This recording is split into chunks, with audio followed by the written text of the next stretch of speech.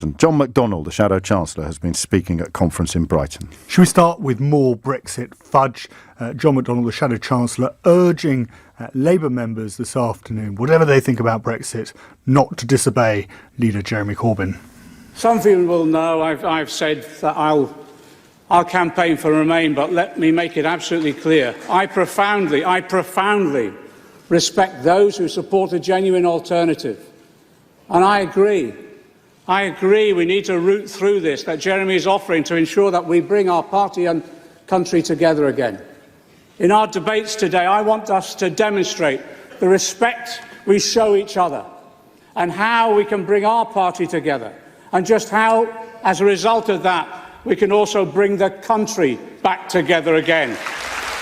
John McDonnell, in effect, urging Labour members to vote with the National Executive Committee, that's the ruling body of Labour, this afternoon, which says that Labour shouldn't pass a motion saying that it should campaign to remain in the European Union in the event of a second referendum, but rather hold a special one-day conference after the tricky hurdle that would be a general election. John McDonnell, who of course has been a voice for Remain within the Shadow front bench in recent years, recent months, saying please to Labour members, vote with the National Executive Committee, don't vote with Unison, with Momentum's John Landsman, by voting for the motion which says that Labour should campaign for Remain in a second referendum. You look as if...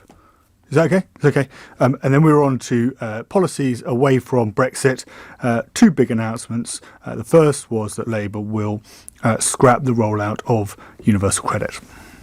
We'll roll out collective bargaining to enable workers to get their fair share of what they produce. And yes, we'll bring in a real living wage of at least £10 an hour. We'll end the barbaric rollout of universal credit. We'll cap rents, and we'll build 1 million new homes that our people need.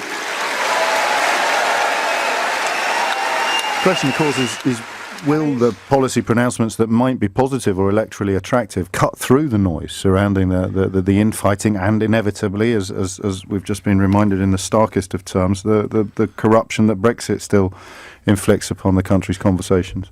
What John McDonnell is trying to do is to provide a consumer-facing manifesto, in short, within this speech today. He talked about social care for the elderly being free at the point of use, with a new taxation system to pay for it. And then the big announcement, the cherry on top of the cake, was to reduce the working week to 32 hours, 4 days. People in our country work some of the longest hours in Europe. And since the 1980s, the link between increasing productivity and expanded free time has been broken. It's time to put that right. So I can tell you today that the next Labour government will reduce the average full-time working week to 32 hours within the next decade.